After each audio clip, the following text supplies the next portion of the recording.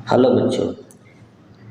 पिछले चैप्टर में हम लोग यानी कि पहले वाले जो लेक्चर में पढ़े थे, शुरुआत से पढ़े थे रासायनिक अभिक्रियाएं एवं उनके समीकरण। फिर इसमें हम पढ़े थे इसमें क्या क्या चेंज हो सकता है, अगर रासायनिक की अभिक्रिया है तो इसमें हम क्या क्या चेंज कर सकते हैं, ये चार के बारे में हम पढ़े थे।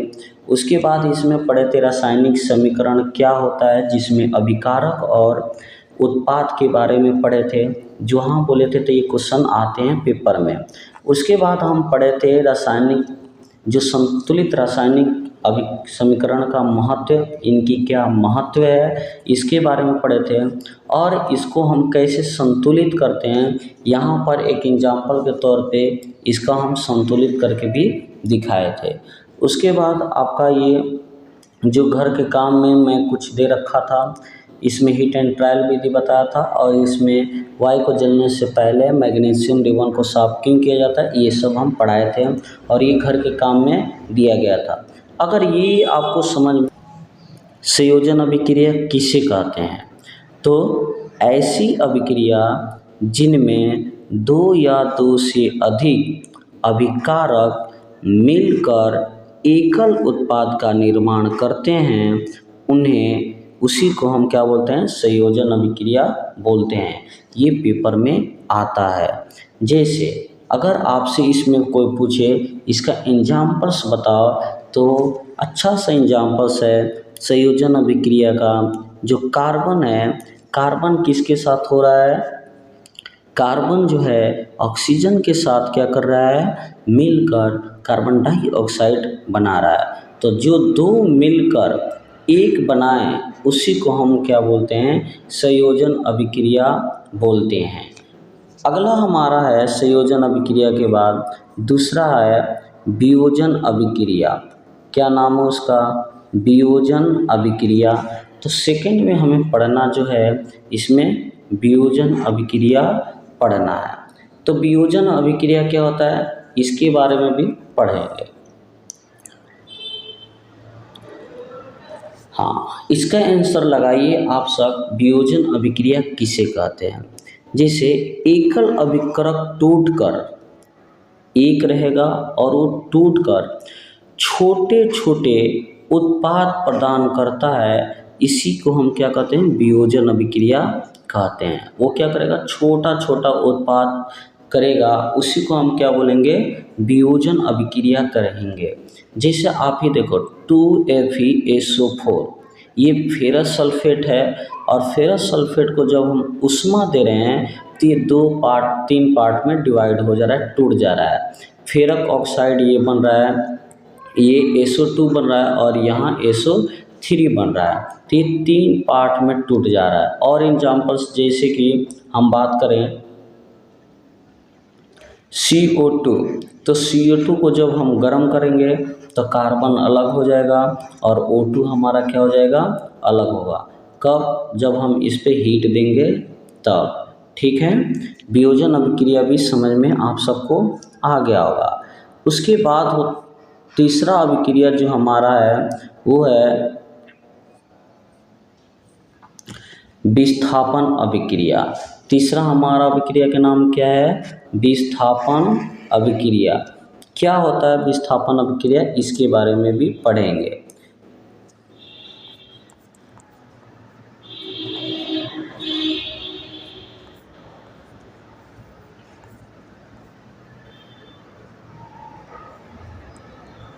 चलिए, विस्थापन अभिक्रिया किसे कहते हैं यहाँ समझेंगे। क्या है, जैसे यहाँ पे Fe है और यहाँ पे कॉपर सल्फेट है, ये दोनों क्या किए, अभिक्रिया कर रहे हैं। तो जब दोनों अभिक्रिया कर रहे हैं तो FeSO4 बन जा रहा है और कॉपर क्या हो जा रहा है, अलग हो जा रहा है।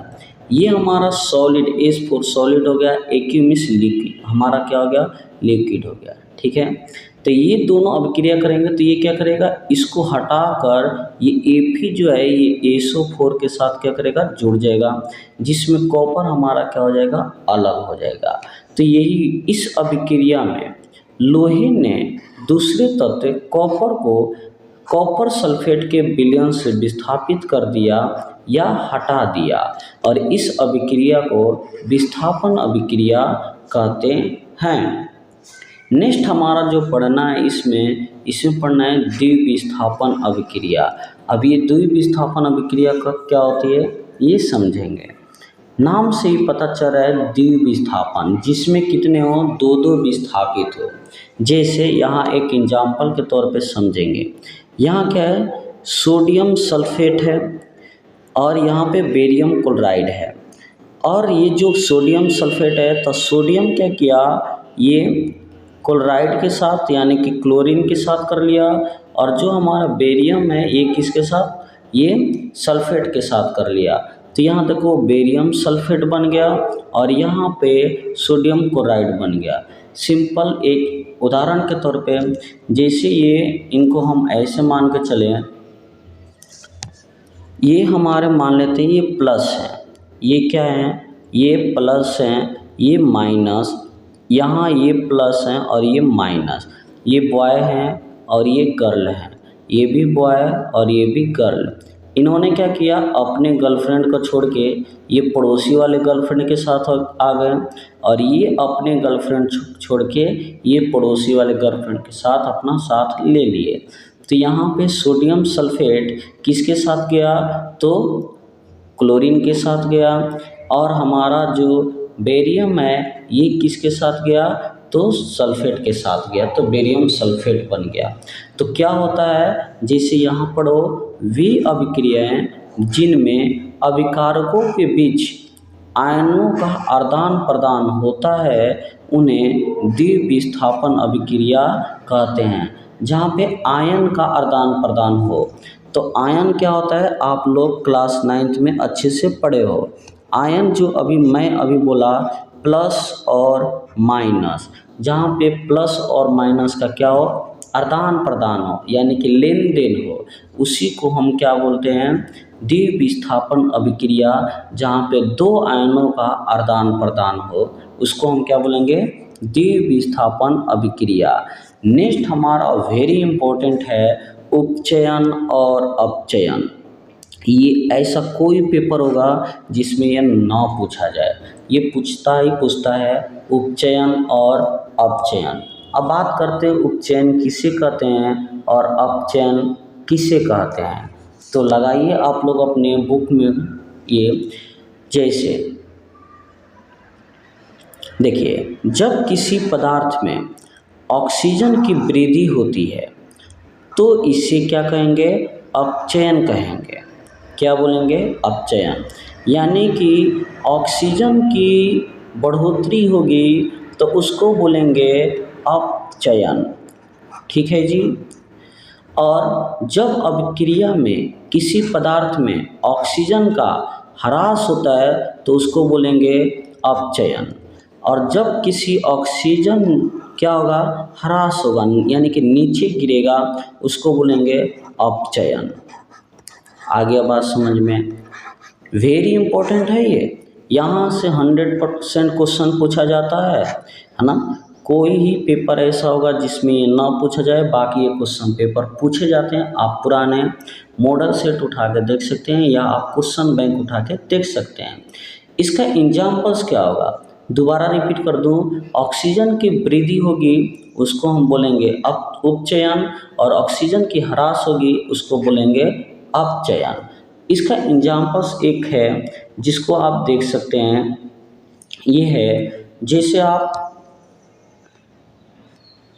CO और यहाँ H2, तो यहाँ पर देखो H2 जैसे ये आ रहा है तो O की क्या हो रही है, वृद्धि हो रही है। पहले यहाँ O नहीं था, यहाँ O है, तो O की वृद्धि होगी तो क्या होगा, उपचयन होगा। यहाँ पे ऑक्सीजन था लेकिन यहाँ पे ऑक्सीजन नहीं है, जैसे ये यहाँ से आया तो यहाँ ऑक्सीजन नहीं है, तो ये क्या हो जाएगा, अपचयन होगा। और यहाँ से एक क्वेश्चन और पूछा जाता है जो कहते हैं रेडॉक्स अभिक्रिया। क्या बोलते हैं, रेडॉक्स अभिक्रिया। किसी अभिक्रिया में एक अभिकारक उपचयित तथा दूसरा अभिकारक अपचयित होता है, उसी को हम बोलते हैं रेडॉक्स अभिक्रिया। उसी को क्या बोलते हैं, रेडॉक्स अभिक्रिया। इसे भी आप ये इम्पोर्टेंट है, यानी कि ये भी क्वेश्चन पेपर में आता है। ठीक है जी। नेक्स्ट अगर बात करें इस पेपर में और क्या क्या आता है, एक और आता है ऊष्माक्षेपी अभिक्रिया और ऊष्माशोषी अभिक्रिया। चलिए वो दोनों को भी देख सकते हैं, देख लें वो क्या है, ऊष्माक्षेपी अभिक्रिया और ऊष्माशोषी अभिक्रिया। चलिए यहाँ आ जाइए। ऊष्माक्षेपी तो यहाँ पढ़ेंगे ऊष्माशोषी अभिक्रिया, है ना। तो जिन अभिक्रियाओं में ऊर्जा अवशोषित होती है उन्हीं को हम क्या बोलते हैं, ऊष्माशोषी अभिक्रिया कहते हैं। ऊष्मा अवशोषित मतलब ऊष्मा को अपनी ओर सोख लेता है, उसी को क्या कहते हैं, ऊष्माशोषी अभिक्रिया कहते हैं। और एक और है ऊष्माक्षेपी अभिक्रिया। ऊष्माक्षेपी अभिक्रिया क्या होगी, जो ऊष्मा को क्या करता है, और देता है, यानी कि और वो देगा, उसको हम बोलेंगे ऊष्माक्षेपी अभिक्रिया। वो पढ़ लेंगे तो ऊष्माक्षेपी अभिक्रिया क्या है और किधर है। ठीक है, ऊष्माशोषी हो गया,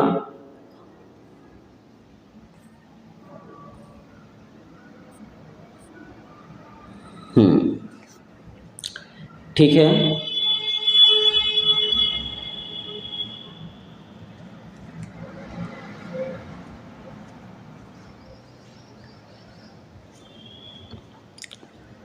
अब एक और है, जैसे कि यहाँ पर दे रखा है अवक्षेपण अभिक्रिया। अवक्षेपण अभिक्रिया क्या होता है, तो जिस अभिक्रिया में अवक्षेप का निर्माण होता है उसे हम अवक्षेपण अभिक्रिया कहते हैं। जैसे यहाँ देखो आप, सोडियम सल्फेट है जो बेरियम क्लोराइड के साथ क्या कर रहा है, अपना अभिक्रिया कर रहा है। तो यहाँ क्या बना है, बेरियम फेट और सोडियम क्लोराइड। यहाँ भी वही जो द्वितीय विस्थापन अभिक्रिया के बारे में हम पढ़े थे उसका ही है ये जो इसमें बता रहा है। ठीक है,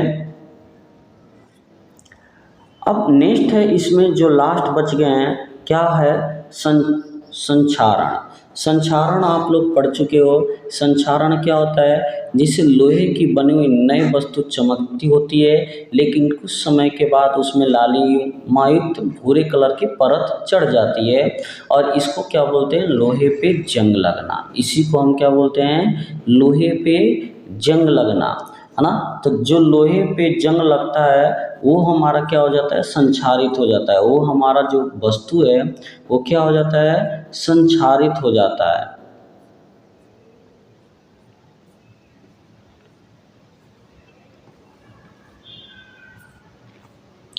तो संक्षारण किसे कहते हैं, ये देख लो आप।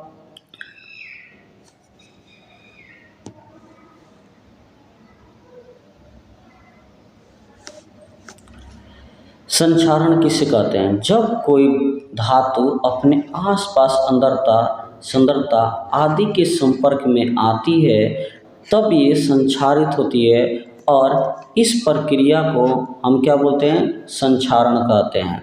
जैसे उदाहरण के तौर पर देखा जाए तो चांदी के ऊपर काली परत पड़ जाना और तांबे के ऊपर हरी परत पड़ जाना, ये क्या कहलाता है, संक्षारण के उदाहरण है। लास्ट में हमारा एक और पढ़ना होता है विक्री गंधिकता। विक्री गंधिकता क्या होता है, इसका मतलब होता है तेलीय युक्त जो हम खाते हैं इन्हीं को हम बोलते हैं विक्री गंधिकता। इसमें जैसे कि क्या होता है, उपचारित होने पर तेल एवं वसा विक्रीगंधित हो जाती है। इसका मतलब क्या है, जैसे आप चिप्स खाते हो तो चिप्स बनाने वाले जो थैले हैं आप देखे होंगे तो उसमें चिप्स तो बहुत कम होते हैं लेकिन वो बहुत भरा भरा रहता है। तो इसमें कौन सी गैस होती है, तो इसमें सबसे पहले तो नाइट्रोजन गैस भरी रहती है। नाइट्रोजन गैस क्यों भरी रहती है, ताकि इसमें जो सामान रखा हुआ है, इसमें जो सामान रखा हुआ है ज़्यादा दिनों तक हमारी क्या हो, चले, ये जल्दी ख़राब ना हो, इसलिए इसमें हम क्या करते हैं, नाइट्रोजन गैस फिल करते हैं।